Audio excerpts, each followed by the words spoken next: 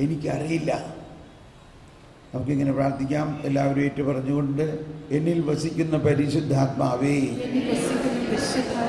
എങ്ങനെ പ്രാർത്ഥിക്കണമെന്ന് എനിക്കറിയില്ല, എനിക്കറിഞ്ഞുകൂടാ. ദൈവിക രഹസ്യങ്ങൾ വെളിപ്പെടുത്തപ്പെടുന്നതിന് എന്ത് ചെയ്യണമെന്ന് എനിക്കറിഞ്ഞുകൂടാ. എന്നിൽ തന്നെയുള്ള പാപവാസനകൾ എങ്ങനെ അകറ്റണമെന്ന് എനിക്കറിഞ്ഞുകൂടാ. പരിശുദ്ധാത്മാവേ, ജ്ഞാനം പകരണമേ, വെളിവ് നൽകണമേ, വിവേകം നൽകണമേ, വിശുദ്ധീകരിക്കണമേ, രൂപാന്തരീകരിക്കണമേ, പുതിയ സൃഷ്ടിയാക്കണമേ. എന്നിൽ വസിക്കുന്ന പരിശുദ്ധാത്മാവേ, എന്നിൽ കത്തി പടരണമേ, എനിക്ക് വേണ്ടി പ്രാർത്ഥിക്കണമേ. ഞാൻ വിശ്വസിക്കുന്നു, പരിശുദ്ധാത്മാവ് പ്രാർത്ഥിക്കുമ്പോൾ എല്ലാം സംഭവിക്കും. അങ്ങയുടെ ഹിതം എന്നിൽ സംഭവിക്കും. എന്റെ ഹിതമല്ല, അങ്ങയുടെ ഹിതം മാത്രം നിറവേറട്ടെ. ആത്മാവേ, പരിശുദ്ധാത്മാവേ, എന്നിൽ പ്രാർത്ഥിക്കണമേ, എന്നിൽ കത്തി പടരണമേ.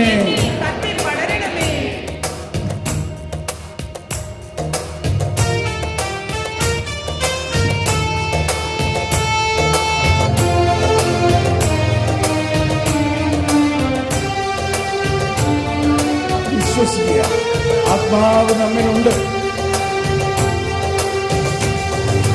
ആത്മാവേ, പരിശുദ്ധാത്മാവേ, ആത്മാവേ, പരിശുദ്ധാത്മാവേ, ഹൃദയത്തിൽ വാഴും ആത്മാവേ, നിറയണമേ, എന്നിൽ നിറയണമേ. ആത്മാവേ, പരിശുദ്ധാത്മാവേ, ആത്മാവേ, പരിശുദ്ധാത്മാവേ, എൻ ഹൃദയത്തിൽ വാഴും ആത്മാവേ, നിറയണമേ, എന്നിൽ നിറയണമേ. ജീവജലത്തിൻ അരുവിയായി നിറഞ്ഞു കവിഞ്ഞൊഴുകണമേ, ജീവജലത്തിൻ അരുവിയായി നിറഞ്ഞു കവിഞ്ഞൊഴുകണമേ. സ്നേഹാഗ്നിജ്വാലയായി എന്നിൽ കത്തി പടരണമേ, സ്നേഹാഗ്നിജ്വാലയായി എന്നിൽ കത്തി പടരണമേ. ആത്മാവേ, പരിശുദ്ധാത്മാവേ, ആത്മാവേ, പരിശുദ്ധാത്മാവേ.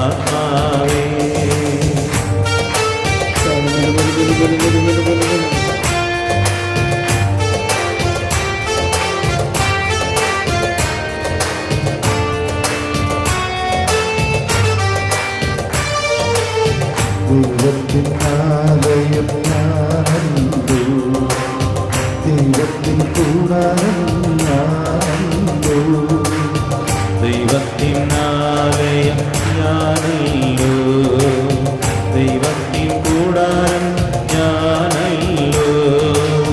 ദൈവജനം ദൈവമകൻ ഞാൻ, ദൈവത്തിൻ ഓമനക്കുട്ടൻ ഞാൻ. ദൈവജനം നാം, ദൈവമകൻ ഞാൻ, ദൈവത്തിനോമനക്കുട്ടൻ ഞാൻ. ആത്മാവേ, പരിശുദ്ധാത്മാവേ, ആത്മാവേ, എല്ലാവരും ആദരം തുറന്ന് പരിശുദ്ധാത്മാവ് പ്രാർത്ഥിക്കുന്നു. പരിശുദ്ധാത്മാവ് നമുക്ക് വേണ്ടി പ്രാർത്ഥിക്കുന്നു. നമ്മളിലേക്ക് ജ്ഞാനം പകരാൻ വേണ്ടി പ്രാർത്ഥിക്കുന്നു. നമ്മളിൽ ദൈവിക വെളിപ്പെടുത്തലുകൾ ലഭിക്കാൻ വേണ്ടി പ്രാർത്ഥിക്കുന്നു. ദൈവം മനുഷ്യനുമായ മനുഷ്യൻ, പാപിയാം ഞാൻ ദൈവം സുഖനായി മാറി. ദൈവവും മനുഷ്യനും ഒന്നായ നിമിഷം, പാപിയാം ഞാൻ ദൈവ സുതനായി മാറി. പിതാവിനോട് കൂടെ പുത്രനോട് കൂടെ സ്വർഗരാജൻ എന്നിൽ തന്നെ. പിതാവിനോടുകൂടെ പുത്രൻ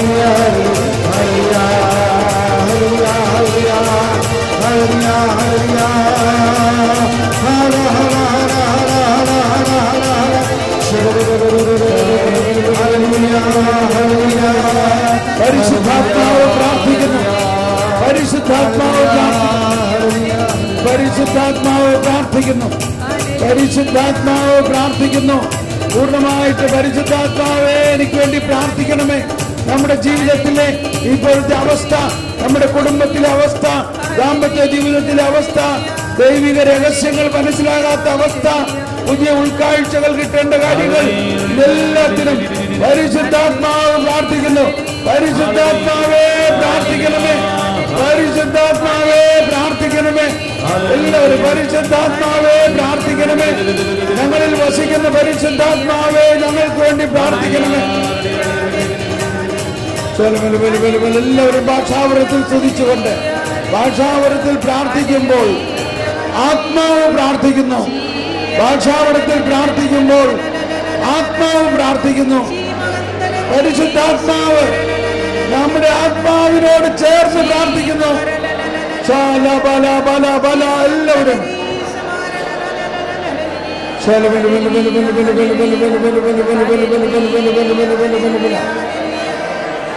ഭാഷാവരത്തിൽ പ്രാർത്ഥിക്കുക. പരിശുദ്ധാത്മാവ് പ്രാർത്ഥിക്കുന്നു.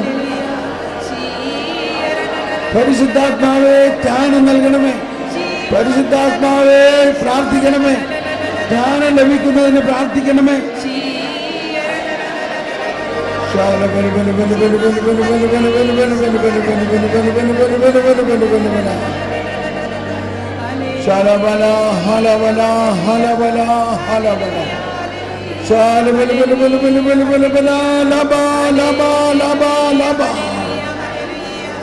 പരിശുദ്ധാത്മാവേ ജ്ഞാനം നൽകണമേ. ജ്ഞാനം നൽകണമേ. ജ്ഞാനം നൽകണേ. ജ്ഞാനം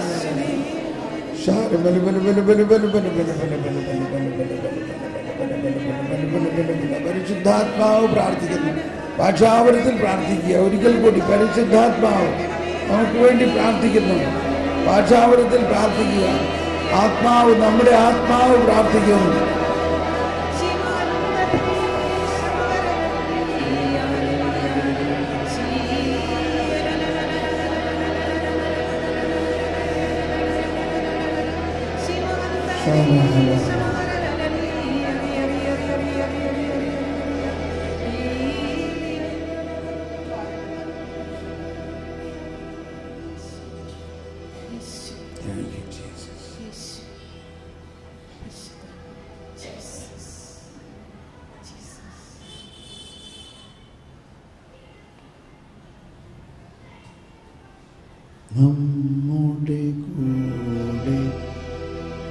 നമ്മുടെ കൂടെ ബലവാനാം കർത്താവെന്നേക്കും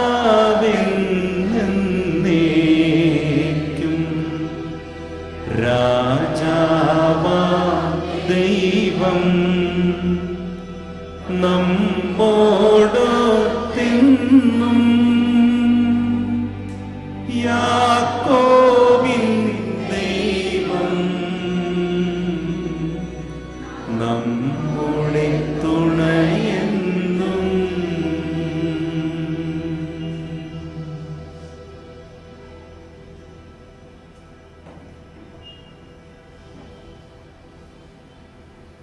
നമുക്കിരിക്കാം. ഒരു നിമിഷം കണ്ണുകൾ അടച്ച് ഉള്ളിൻ്റെ ഉള്ളിൽ ഈശോ പറഞ്ഞു, നീ പ്രാർത്ഥിക്കുമ്പോൾ നിന്റെ മുറിയിൽ കടന്ന് കതകടച്ച് രഹസ്യത്തിൽ പിതാവിനോട് പ്രാർത്ഥിക്കുക. കണ്ണുകളടച്ച് ഉള്ളിൻ്റെ ഉള്ളിൽ ദൈവം നമ്മുടെ ഉള്ളിൽ വസിക്കുന്നു. ഈശോ നമ്മുടെ ഉള്ളിൽ വസിക്കുന്നു. പരിശുദ്ധാത്മാവ് നമ്മുടെ ഉള്ളിൽ വസിക്കുന്നു. നമ്മുടെ ഈശോ കരുണയാണ് എന്ന് പറഞ്ഞാൽ പാപികളെ സ്നേഹിക്കുന്ന ദൈവം പാപിയെ സ്നേഹിക്കുന്നു. നിങ്ങളൊരു പാപിയാണെങ്കിൽ നിങ്ങളെ ദൈവം ഏറ്റവും അധികമായി സ്നേഹിക്കുന്നു.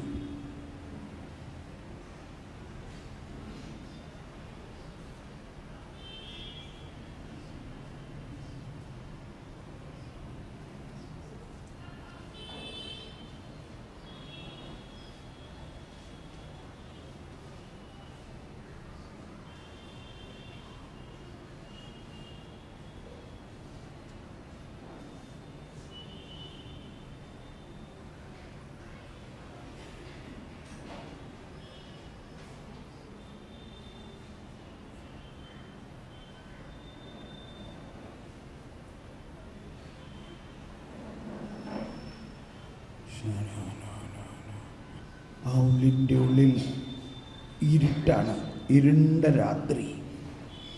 ആ ഇരുണ്ട രാത്രിയിൽ ആ ഉള്ളിൻ്റെ ഉള്ളിൽ രാത്രിക്ക് വിജ്ഞാനം പകരുന്നു. ഭാഷണമില്ല, വാക്കുകളില്ല, ശബ്ദം പോലും കേൾക്കാനില്ല, ശബ്ദം പോലും കേൾക്കാനില്ല.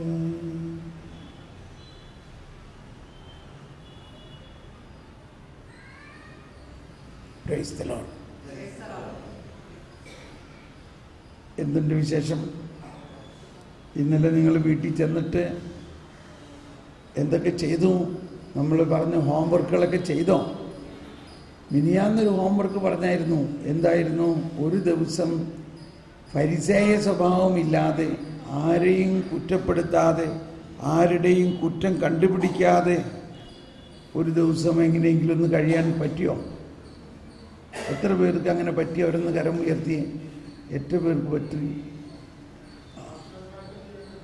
ആഹാ. അപ്പോൾ ഇതിനെക്കുറിച്ച് കൂടുതൽ പഠിക്കാനുള്ള കാര്യമാണത്. നമ്മളെല്ലാവരെയൊക്കെ കറക്റ്റ് ചെയ്ത് അവർ നന്നാക്കാൻ നോക്കാണ് നമ്മൾ, ഇല്ലേ? പക്ഷേ കർത്താവ് പറയണത് എന്താ? നീ ആദ്യം നന്നാവും, ഇല്ലേ? നിന്റെ കണ്ണിലെ കരടിരിക്കെ, അല്ല, നിന്റെ കണ്ണിൽ തടിക്കഷ്ണം ഇരിക്കെ മറ്റുള്ളവൻ്റെ കണ്ണിലെ കരടെടുക്കാൻ നീ ബന്ധപ്പെടുന്നതല്ല.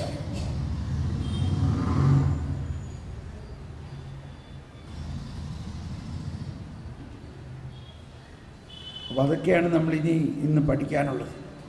ജ്ഞാനത്തിൻ്റെ പുസ്തകം വായിച്ചോ? 4 മണിക്ക് എത്ര പേര് എണീറ്റു ഇന്ന്? ആഹാ, ഓ പ്രൈസ് ദി ലോർഡ്. ഒന്ന് നന്നായിട്ടൊന്ന് കൈയടിച്ച്. ഇതാണ് ഞാൻ പറഞ്ഞത്. ഇന്നലെ ഒരു സാക്ഷ്യത്തിൽ പറഞ്ഞത് 4 മണിക്ക് എണീച്ച് കരണക്കൊന്ത ചെല്ലിന്നാണ് പറഞ്ഞത്. കരണക്കൊന്ത ചെല്ലാനല്ല ഞാൻ പറഞ്ഞത് കേട്ടോ. അത് ഒരു തെറ്റുപറ്റിയതായിരിക്കും അല്ലേ? അപ്പോൾ നമ്മൾ 4 മണിക്ക് എണീറ്റാൽ നമ്മുടെ പ്രാർത്ഥനയ്ക്കുണ്ടാകേണ്ട ഒരു ഡയറക്ഷൻ ഇതാണ്. ആദ്യം നമ്മുടെ കപ്പ് നിറഞ്ഞാലല്ലേ നമുക്ക് മറ്റുള്ളവർക്ക് കൊടുക്കാൻ പറ്റുള്ളൂ. അതാണ് ഈശോ പറഞ്ഞത്, നിങ്ങളിൽ ഉപ്പുണ്ടാകട്ടെ. ഉപ്പിന് ഉറ കെട്ടുപോയാൽ അതിനെ പിന്നെ എന്തിനു കൊള്ളാം? എന്നിട്ട് എന്ത് പറഞ്ഞു? അത് വളത്തിന് അല്ലെങ്കിൽ വലിച്ചെറിഞ്ഞ് കളയും ആൾക്കാർ. പക്ഷേ അങ്ങനെ കർത്താവ് നമ്മൾ വലിച്ചെറിഞ്ഞ് കളയോ? മറ്റൊരു സ്ഥലത്ത് എഴുതിയിട്ടുണ്ട്, ഉപ്പിനെ ഉറ കൂട്ടാമെന്ന്. ഉപ്പിന്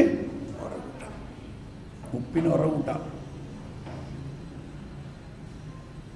അതെങ്ങനെ ഉറ കൂട്ടണമെന്ന് എഴുതിയിട്ടുണ്ട്. മർക്കോസിന്റെ സുവിശേഷം 9-ാം അധ്യായം 49-ാമത്തെ വചനത്തിലാണ്. മർക്കോസിന്റെ സുവിശേഷം, എല്ലാവരും അഗ്നിയാൽ ഉറകൂട്ടപ്പെടും. എല്ലാവരും അഗ്നിയാൽ ഉറകൂട്ടപ്പെടും. ഉപ്പ് നല്ലതാണ്, ഉപ്പ് നല്ലതാണ്. എന്നാൽ ഉറ കെട്ടുപോയാൽ പിന്നെ എന്തുകൊണ്ട് അതിനെ ഉറകൂട്ടും? നിങ്ങളിൽ ഉപ്പുണ്ടായിരിക്കട്ടെ, പരസ്പരം സമാധാനത്തിൽ വർത്തിക്കുകയും ചെയ്യും. അപ്പൊ നമ്മളിൽ ഉപ്പുണ്ടാകണം. ഉപ്പിനെ ഉറ കൂട്ടുന്നത് എന്താണ്? അഗ്നി കൊണ്ട്. ഇവിടെ എന്ത് അഗ്നിയാണ് ഇവിടെ? നമ്മൾ ഈ ബൈബിളിൽ അഗ്നി എന്ന് പറയുമ്പോൾ ഉടനെ ശുദ്ധീകരണ സ്ഥലത്തിലെ അഗ്നിന്നോ നരകത്തിലെ പൊരിക്കണ അഗ്നിന്നോ ഒന്നും വിചാരിക്കരുത്. എല്ലാവർക്കും അഗ്നി എന്ന് പറഞ്ഞാൽ ഏതാണ്ട് കോഴീനെ പൊരിക്കണമായിട്ട് എന്നാ തോന്നേ. വിശേഷത്തിൽ അഗ്നി എന്ന് പറയുന്നത് ഈശോ തന്നെ പറഞ്ഞിട്ടുണ്ട്, ഞാൻ ഭൂമിയിൽ തീയിടാനാണ് വന്നേക്കുന്നത്. ഞാൻ പറഞ്ഞു, ദൈവം കരുണയാണ്, സ്നേഹമാണ് എന്ന അച്ചുതണ്ടിൽ നിന്നിട്ട് വേണം എല്ലാത്തിനെയും വ്യാഖ്യാനിക്കാൻ. ദൈവം നമ്മളെ ശിക്ഷിക്കാൻ വേണ്ടി അല്ല വന്നിരിക്കുന്നത്, മറിച്ച് രക്ഷിക്കാൻ വേണ്ടിയാണ്. ഇപ്പൊ 2 ദിവസം ധ്യാനം കൂടി കഴിഞ്ഞിട്ട് നിങ്ങൾക്ക് ഉള്ള ഒരു പ്രതികരണം ചിലർ പറഞ്ഞു ഒരിക്കൽ ഒരു ധ്യാനകേന്ദ്രത്തിൽ ധ്യാനിപ്പിക്കുമ്പോൾ അവിടുത്തെ ഡയറക്ടർ സിസ്റ്റർ ഇടയ്ക്കിടയ്ക്കൊക്കെ വന്നിങ്ങനെ ഇരുന്ന് പോകാറുണ്ട്. 4 ദിവസം കഴിഞ്ഞപ്പോൾ എൻ്റെ അടുത്ത് വന്ന് പറയാണ്, ഞാൻ ഈ കേൾക്കണത് സത്യമാണെങ്കിൽ ഈ എല്ലാ ധ്യാനകേന്ദ്രങ്ങളിലും കേരളത്തിൽ മുഴുവനും സുവിശേഷ പ്രഘോഷണ വേദിയിൽ ഒരു പൊളിച്ചുപണി ആവശ്യമാണെന്ന് തോന്നുന്നുണ്ടല്ലോ. എന്താ നിങ്ങൾക്ക് തോന്നണേ? നിങ്ങൾക്ക് എന്താ തോന്നണേ? നിങ്ങൾക്ക് തോന്നുന്നുണ്ടോ? ആര് പൊളിച്ചു പണിയണം? പരിശുദ്ധാത്മാവ്. അപ്പൊ സുവിശേഷവൽക്കരണത്തിന്റെ പടിപടിയായിട്ടുള്ള ഒരു ഉയർച്ചയാണെന്ന് വിചാരിച്ചാൽ മതി. നമ്മൾ ഇപ്പോഴും പഴയ നിയമത്തിലേ എത്തിയിട്ടുള്ളൂ. പുതിയ നിയമത്തിലെ അല്ലെങ്കിൽ ഇപ്പോഴും നമ്മൾ ആ കാലഹരണപ്പെട്ട ഉടമ്പടി വെച്ചുകൊണ്ടാണ് എല്ലാം ചെയ്യണത്. ശരിയായിട്ടുള്ള ഉടമ്പടി അകത്തിരിക്കുകയാണ്, അത് പുറത്തെടുത്തിട്ടില്ല ഇപ്പോഴും. ഏതുടമ്പടി? പുതിയ ഉടമ്പടി, അതായത് പുതിയ ടെസ്റ്റ്മെന്റ്. അതാണ് പ്രാബല്യത്തിൽ വരേണ്ടത്. അതിനു മുമ്പ് പഴയതൊക്കെ ഒന്ന് വായിച്ചു നോക്കിയോ?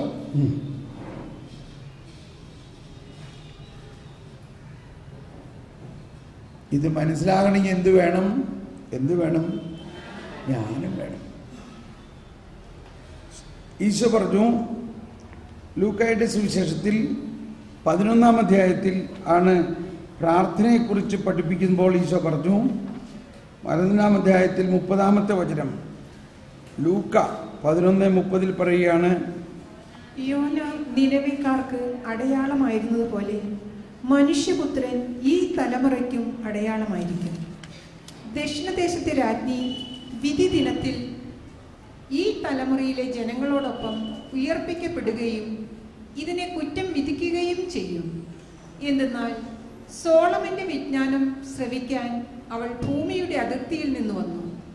എന്നാൽ ഇതാ ഇവിടെ സോളമനേക്കാൾ വലിയവൻ.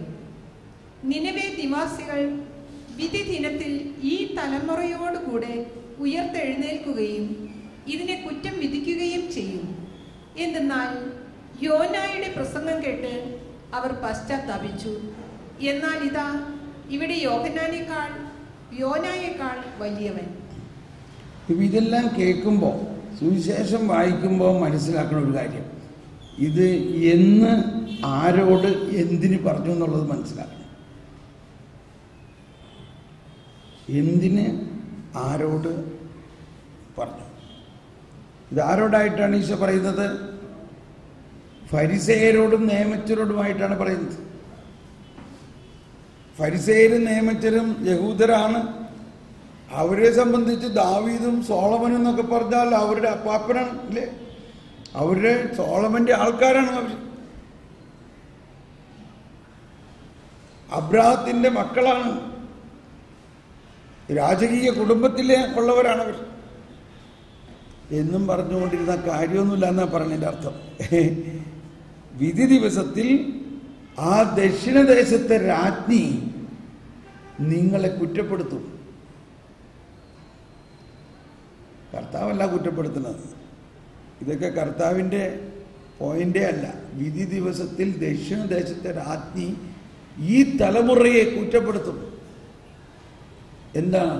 അവൾ സോളമന്റെ വിജ്ഞാനം കാണാൻ വേണ്ടി ദൂരദേശത്തുനിന്ന് വന്നു. എന്നാൽ ഇവിടെ ഇതാ സോളമനേക്കാൾ വലിയ. അതാരാണ്? ഈശോ. എന്നാൽ ആരും ആ ഈശോയുടെ ജ്ഞാനം തേടുന്നില്ല, ഈശോയുടെ ജ്ഞാനം ആഗ്രഹിക്കുന്നില്ല. ഈശോയുടെ ജ്ഞാനത്തിന് വിരുദ്ധമായിട്ട് ജീവിക്കുകയാണ് ചെയ്യുന്നത്.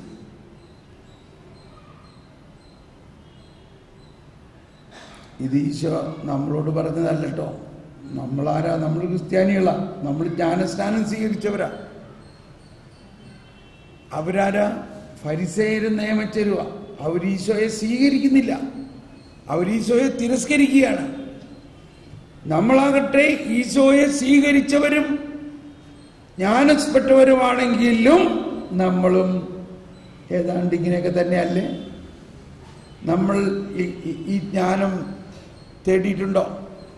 അപ്പോൾ ഞാനിത് എല്ലാ ദിവസവും ഈ ജ്ഞാനമാണ് പറയണതില്ലേ, നിങ്ങൾക്ക് ബോറടിക്കണ്ടാവോ? ബോറടിച്ചോ? കുറച്ച്. ഒരു കാര്യമുണ്ട്, ഇതൊരു വഴി മാത്രമേ നമുക്ക് നമ്മളുടെ മുമ്പിൽ ഏറ്റവും ആവശ്യമായിട്ടുള്ളത്. ഇതൊരു വഴിയാണ്.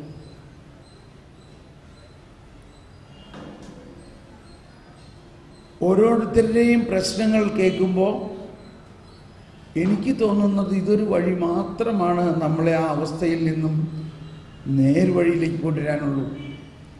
എന്നാൽ അതിൻ്റെ പോസിറ്റീവ് എന്താ?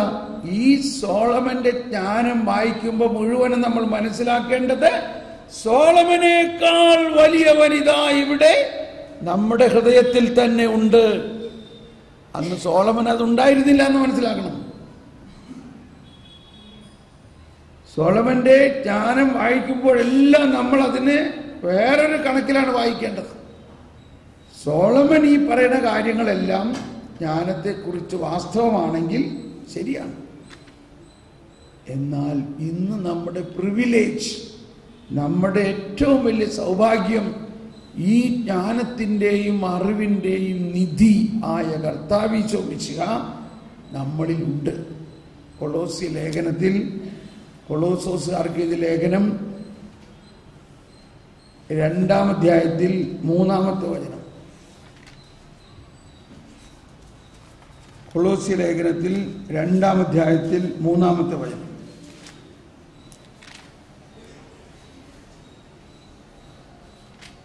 ജ്ഞാനത്തിൻ്റെയും അറിവിൻ്റെയും നിധി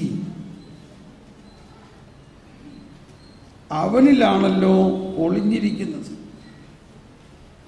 എല്ലാവരും എഴുന്നേറ്റ് പറഞ്ഞ്, ജ്ഞാനത്തിൻ്റെയും അറിവിൻ്റെയും നിധികൾ അവനിലാണ് ഒളിഞ്ഞു കിടക്കുന്നത്. ആരാണവൻ? ഈശോ. അപ്പൊ ആ ഈശോ എവിടെയാ? നമ്മുടെ ഉള്ളിൽ. ഇപ്പൊ ചിലപ്പോ ചിലർ എൻ്റെ അടുത്ത് ഇങ്ങനെ പ്രാർത്ഥിക്കാൻ വരുമ്പോൾ പറയും, ബ്രദറെ എനിക്കൊന്ന് പരിശുദ്ധാത്മാവ് കൊണ്ട് നിറയാൻ വേണ്ടി ഒന്ന് പ്രാർത്ഥിക്കും. അപ്പൊ പിന്നെ നമ്മൾ ഈ കുർബാനയിലും ഉദാശകളിലും എല്ലാം പരിശുദ്ധാത്മാവിനെ കിട്ടിയില്ലേ? ഇപ്പൊ നിറയാൻ വേണ്ടി പ്രാർത്ഥിക്കുന്നതിൻ്റെ അർത്ഥം എന്താ? അപ്പൊ നമ്മൾക്കുണ്ടാകേണ്ട ഒരു ജ്ഞാനം, ജ്ഞാനസ്നാനത്തിലൂടെയും സ്ഥൈര്യലേപനത്തിലൂടെയും കുർബാനയിലൂടെയും പരിശുദ്ധാത്മാവ് നിറഞ്ഞവരാണ് നമ്മൾ. ഇനി നിറയാൻ വേണ്ടിയല്ല പ്രാർത്ഥിക്കേണ്ടത്, അത് നമ്മളിൽ നിന്നും ഒഴുകാൻ വേണ്ടി, നമ്മളിൽ അത് അഭിഷേകമാകാൻ വേണ്ടി. അഭിഷേകം എന്ന് പറഞ്ഞാൽ മുകളിൽ നിന്ന് ഇങ്ങനെ ഒഴുകുന്ന ഒന്നല്ല, ഉള്ളിൽ നിന്ന് പുറത്തേക്ക് ഒഴുകുന്നതാണ് അഭിഷേകം. അപ്പം പരിശുദ്ധാത്മാവ് നമ്മളിൽ തന്നെ ഉണ്ട് എന്നും ആ പരിശുദ്ധാത്മാവിന്റെ ഏറ്റവും വലിയ ദാനമാണ് ജ്ഞാനം. ഈശോ തന്നെയാണ് ആ ജ്ഞാനമെന്നും മറ്റു സ്ഥലത്ത് പറയുന്നുണ്ട്. ആ ജ്ഞാനമാണ് ആത്മാവിൻ്റെ ദാനങ്ങൾ. ക്രിസ്തീയ ജീവിതം എന്ന് പറഞ്ഞാൽ പരിശുദ്ധാത്മാവിലുള്ള ജീവിതമാണ്. പരിശുദ്ധാത്മാവിലുള്ള ജീവിതം, പരിശുദ്ധാത്മാവ് നമ്മളെ നയിക്കുന്ന ജീവിതം. പരിശുദ്ധാത്മാവ് നമ്മളെ നയിക്കുന്നത് ദൈവത്തിൻ്റെ ജ്ഞാനത്തിലൂടെയാണ്. ഇനി അല്പം നമ്മൾ ആ ജ്ഞാനത്തിൻ്റെ പുസ്തകത്തിലേക്ക് പോകാം. തുറന്നപ്പോൾ തന്നെ അതാ കിട്ടിയേ. ജ്ഞാനത്തിൻ്റെ പുസ്തകം 6-ാം അധ്യായത്തിൽ പ്രത്യേകമായിട്ട് 5 കാര്യങ്ങൾ എടുത്ത് പറയുന്നുണ്ട്. എങ്ങനെ ഈ ജ്ഞാനം ലഭിക്കാമെന്ന്. ഇപ്പൊ എന്നെ സംബന്ധിച്ച് പറയുകയാണെങ്കിൽ കഴിഞ്ഞ 25-ലേറെ വർഷമായിട്ട് ഞാൻ എന്നും രാവിലെ പ്രാർത്ഥിക്കുന്നത് ജ്ഞാനത്തിന് വേണ്ടിയാണ്. അതുകൊണ്ട് നിങ്ങൾ വിചാരിക്കേണ്ട, ബ്രദറെ ഞാൻ 2 ദിവസം പ്രാർത്ഥിച്ചു എന്നിട്ട് എനിക്കൊന്നും കിട്ടിയില്ലല്ലോ. ചിലവരിങ്ങനെ എനിക്ക് എഴുതാറുണ്ട്, ഈ ജ്ഞാനം എങ്ങനെ കിട്ടുക, എത്ര ദിവസം പ്രാർത്ഥിക്കണം, എത്ര പ്രാവശ്യം പ്രാർത്ഥിക്കണം എന്നൊക്കെ. ദൈവത്തിൻ്റെ ജ്ഞാനം ജീവിതകാലം മുഴുവൻ നമുക്ക് ആവശ്യമുള്ളതാണ്. സ്വർഗീയമായ അനുഗ്രഹങ്ങളാണ്, സ്വർഗീയമായ എല്ലാ ആത്മീയ വരങ്ങളും നമുക്ക് ലഭിച്ചു കഴിഞ്ഞിരിക്കുന്നു എന്ന് പറയുന്നുണ്ട്. മാത്യൂസ്, ഈ ഫീഡ്ബാക്ക് ഒന്ന് നോക്കിയത്. ഫീഡ്ബാക്ക് സ്വർഗീയമായ എല്ലാ ആത്മീയ വരങ്ങളും നമുക്ക് നൽകിയിരിക്കുന്നു. അപ്പോൾ ജ്ഞാനം 6-ാം അധ്യായത്തിൽ 11 മുതൽ 15 വരെയുള്ള വചനങ്ങളിൽ അവിടെ നോക്കിയേ, ഇതിന് ശബ്ദമൊന്നും വരുന്നില്ലെന്ന് തോന്നുന്നു. ആ ഫീഡ്ബാക്ക് സ്പീക്കർ ഒന്ന് കൂട്ടിയേ, ഒന്ന് വായിക്കുക എല്ലാവരും. എന്റെ വചനങ്ങളിൽ അഭിലാഷമർപ്പിക്കുവിൻ, അവയോട് തീവ്ര അഭിനിവേശം കാണിക്കുവിൻ, നിങ്ങൾക്ക് ജ്ഞാനം ലഭിക്കും. ഒന്നെല്ലാവരും ഏറ്റു പറഞ്ഞേ, ശബ്ദമുയർത്തി ഏറ്റു പറഞ്ഞേ. എന്റെ വചനങ്ങളിൽ അഭിലാഷമർപ്പിക്കുവിൻ, അവയോട് തീവ്ര അഭിനിവേശം കാണിക്കുവിൻ, നിങ്ങൾക്ക് ജ്ഞാനം ലഭിക്കും. ഒന്നുകൂടി എല്ലാവരും ഏറ്റു പറഞ്ഞുകൊണ്ട്, എന്റെ വചനങ്ങളിൽ അഭിലാഷമർപ്പിക്കുവിൻ, അവയോട് തീവ്ര അഭിനിവേശം കാണിക്കും, നിങ്ങൾക്ക് ജ്ഞാനം ലഭിക്കും. അതായത് ഒരു വചനം എടുത്തിട്ട് അതിനെ തുറക്കണം,